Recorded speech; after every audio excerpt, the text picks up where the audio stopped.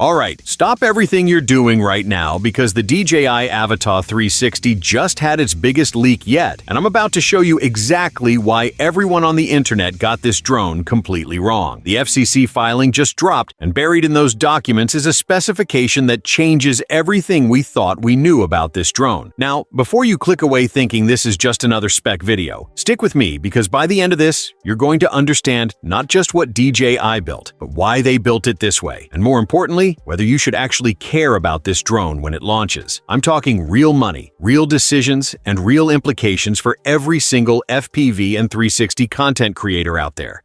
Setting the stakes. Here's what's happening. For months, the drone community has been tearing itself apart over one simple question. Will the Avata 360 be under 250 grams? Some people were absolutely convinced DJI would find some magical engineering solution to cram a full 360-degree camera system into that sub-250-gram weight class. Others, including myself, said it was physically impossible. Well, guess what? The debate is officially over, and the answer is going to surprise a lot of people, frustrate some others, but ultimately makes perfect sense when you understand what DJI is actually trying to accomplish here. Now, I need you to stay with me through this entire breakdown because I'm going to show you three critical pieces of evidence that prove beyond any doubt what this drone is, what it isn't, and why that actually makes it more exciting than if it had been a sub-250-gram machine. Plus, I'm saving the most interesting detail for the last 3 minutes of this video. Something about the camera rotation system that nobody else is talking about, and it completely changes how we should think about this drone's capabilities. Trust me, you're going to want to hear this. The battery revelation. Let's start with the smoking gun evidence that just came out. The FCC documents reveal the Avata 360's battery capacity, and this is where things get really interesting. The Avata 2, which is already not a lightweight drone, uses a 31.7 watt-hour battery pack. That's a decent amount of power for its size and capabilities. But here's the kicker. The FCC filing for the Avata 360 shows approximately 38.67 watt-hours. That's not just a minor bump. That's a 26% increase in battery capacity. Now, some of you might be thinking, wait, doesn't a bigger battery just mean longer flight time? And normally, yes, that would be the obvious conclusion. But here's what makes this fascinating. DJI doesn't just add battery capacity for fun. They're not in the business of making drones heavier unless there's a really good reason. That extra battery capacity tells us something crucial about what's happening inside this drone. The power consumption reality. Think about it this way. You've got dual fisheye lenses capturing full 360-degree footage simultaneously. That's not one sensor. That's two high-resolution sensors working in perfect sync. Each of those sensors needs its own image processing pipeline. Then you've got the stitching algorithm running in real time because nobody wants to spend hours in post-production fixing 360 footage. On top of that, you've got the rotating camera mechanism itself, which requires its own motor system and control electronics. But wait, there's more. This drone is still supposed to fly like an FPV machine, which means you need powerful motors, aggressive flight controllers, and ultra-low latency video transmission for the FPV feed. All of that requires power. Lots of it. So when DJI increased that battery capacity by 26%, they weren't being generous with flight time. They were compensating for the enormous power draw of running essentially two different drone systems simultaneously, a professional 360 camera rig and an FPV racing machine. That's why that battery spec is so revealing. The weight consequence. Now here's where we get to the weight issue, and I'm going to explain this in a way that makes it crystal clear why sub-250 grams was never going to happen. A larger battery doesn't just add capacity, it adds mass. That 38.67 watt-hour battery is physically larger and heavier than the Avata 2's battery. We're probably looking at an additional 15 to 20 grams just from the battery alone, but the battery is just the beginning. Those dual sensors, add weight, the dual image processors, add weight, the rotating camera mechanism with its motor and gearing system, significant weight, the reinforced frame needed to protect that expensive 360 camera during crashes, more weight, the enhanced cooling system required to dissipate all that heat from dual processors running at full capacity, you guessed it, more weight. When you actually sit down and add up all these components, you're not looking at a drone that barely exceeds 250 grams. You're looking at something that's probably in the 320 to 350 gram range, maybe even higher, depending on what else DJI packed into this thing. And here's the controversial part that some people don't want to hear. That's exactly what this drone needs to be to do what it's designed to do. The design philosophy. Let's talk about what we can see in these leaked images, because the frame design tells us a lot about DJI's engineering priorities. If you compare the Avata 360 to the Avata 2 side by side, you'll notice something interesting. The 360 version actually looks more compact and streamlined in certain areas. The arms appear to be tighter to the body, the overall profile seems more aerodynamic, and there's less wasted space in the frame design. But here's the critical insight. Compact doesn't mean lightweight. What DJI did here was optimize the frame for performance and protection rather than weight reduction. They shaved material where it didn't compromise structural integrity. They redesigned the aerodynamics for better FPV flight characteristics, and they built a protective cage around that 360 camera system that can survive the kind of impacts FPV pilots regularly experience. Think about traditional 360 drones. Most of them have the camera hanging off a gimbal or mounted on top, where it's completely exposed. That works fine if you're flying slowly and carefully, doing real estate shots or smooth cinematic orbits. But the moment you try to fly aggressively, banking hard into turns, diving at steep angles, threading through tight gaps, that exposed camera becomes a liability. One hard landing, and you're looking at a $1,000 repair bill.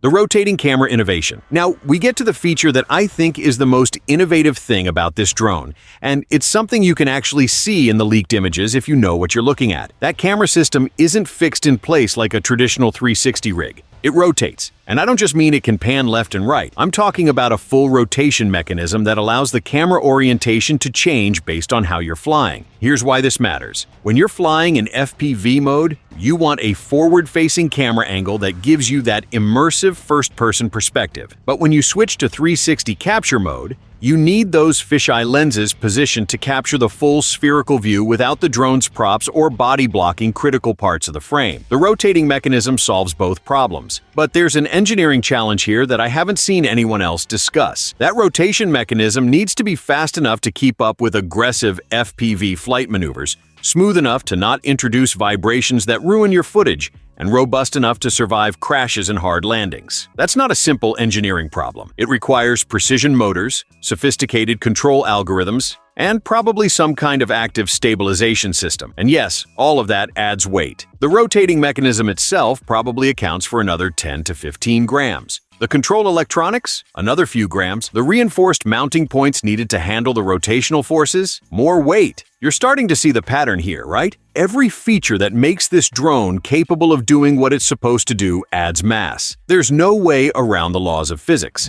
The Insta360 competition. Now let's talk about why DJI is building this drone in the first place. Because the timing here is not a coincidence. Insta360 announced the Antigravity A1 in August 2025 for a January 2026 launch. For those who aren't familiar, the A1 is Insta360's first real attempt at building a dedicated 360-degree drone platform. And make no mistake, this is a direct shot across DJI's bow. Insta360 has absolutely dominated the 360 camera market. Their cameras are on every adventure athlete's helmet, every motorcycle vlogger's bike, and every creative professional's gear list. They understand 360 stitching algorithms better than almost anyone. They know what creators want, and now they're bringing all that expertise into the drone space. DJI couldn't just sit back and let Insta360 own this emerging category. The 360 drone market is small now, but it's growing fast. Real estate professionals want it for property tours. Action sports creators want it for impossible to film any other way shots. Travel vloggers want it for immersive destination content. This is a market that could explode in the next 2 to 3 years, and DJI knows it. The strategic positioning. But here's where DJI made a really smart strategic decision. Instead of trying to out-Insta360 Insta360 by building a pure 360 camera drone focused on smooth, stable cinematic shots, they decided to leverage their strength, FPV flight performance. The Avata 360 isn't trying to be the best 360 drone. It's trying to be the best FPV drone that also happens to have 360 capability. Think about the use cases. The Insta360 Antigravity A1 is probably going to be amazing for long, sweeping establishing shots, for stable orbital moves around subjects, for that butter-smooth cinematic look that 360 footage is known for. That's going to require a stable platform, probably some serious gimbal technology, and flight characteristics optimized for smoothness over agility. The Avata 360 is coming at this from the complete opposite direction. This is for creators who want to do proximity flying through a forest and capture it in 360. This is for action sports filmers who want to chase a mountain biker down a trail while recording every angle simultaneously. This is for the FPV pilot who wants to do a power loop around a subject and then choose the best viewing angle in post-production. These are two completely different tools for two completely different workflows. And this is why the weight debate misses the point entirely. DJI isn't trying to build a sub-250-gram drone, because that's not the performance envelope they're targeting. They're building a drone that can handle aggressive FPV flight characteristics while simultaneously running a professional-grade 360 camera system. That requires mass. That requires power. That requires robust engineering, the strategic positioning. But here's where DJI made a really smart strategic decision. Instead of trying to out-Insta360 Insta360 by building a pure 360 camera drone focused on smooth, stable cinematic shots, they decided to leverage their strength: FPV flight performance. The Avata 360 isn't trying to be the best 360 drone. It's trying to be the best FPV drone that also happens to have 360 capability. Think about the use cases. The Insta360 Antigravity A1 is probably going to be amazing for long, sweeping establishing shots, for stable orbital moves around subjects, for that butter-smooth cinematic look that 360 footage is known for. That's going to require a stable platform, probably some serious gimbal technology, and flight characteristics optimized for smoothness over agility. The Avata 360 is coming at this from the complete opposite direction. This is for creators who want to do proximity flying through a forest and capture it in 360. This is for action sports filmers who want to chase a mountain biker down a trail while recording every angle simultaneously. This is for the FPV pilot who wants to do a power loop around a subject and then choose the best viewing angle in post-production. These are two completely different tools for two completely different workflows. And this is why the weight debate misses the point entirely. DJI isn't trying to build a sub-250-gram drone, because that's not the performance envelope they're targeting. They're building a drone that can handle aggressive FPV flight characteristics while simultaneously running a professional-grade 360 camera system. That requires mass. That requires power. That requires robust engineering. The call to action. But here's what I need from you. Drop a comment right now and tell me, would you buy this drone at the leaked $999 price point for the Fly More combo? What's the one feature you're most excited about? Or maybe you think I got something wrong in this analysis. Let's debate it in the comments. Also, we're getting close to launch, and the next wave of leaks is going to be huge. I'm talking actual flight footage, sample 360 videos, maybe even hands-on reviews from beta testers. You do not want to miss that coverage. So hit that subscribe button and turn on notifications, because when that footage drops, I'm going to break it down frame by frame and show you exactly what this drone can actually do. And here's a challenge for you. If this video helped you understand why the weight debate was missing the point, hit that like button. Let's see if we can get this video to 5,000 likes before the next leak drops. That would be absolutely insane, and it helps this content reach more people who need to see it. I'll see you in the next one, where we're going to talk about the 3 biggest concerns I still have about this drone that DJI needs to address before launch. You're not going to want to miss it. I'll catch you there.